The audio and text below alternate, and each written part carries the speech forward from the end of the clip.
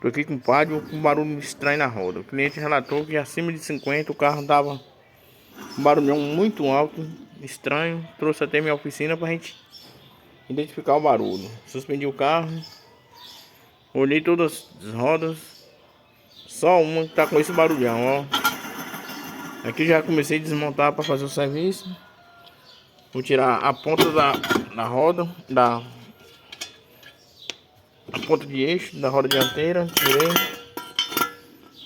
Tá aqui o barulhão, ó. Aqui deixa o proprietário surdo, acima de 60, 70. Imagina com 100 km/h esse barulhão no pé do ouvido do cara. Se gostou do vídeo, siga, comenta. Quem não for inscrito no canal, inscreva Tita Mecânica. Pra gente tá aí sempre mostrando um pouquinho do dia a dia. Ó. Um Paliozinho 2010. Fui. Quem gostou é só comentar e seguir.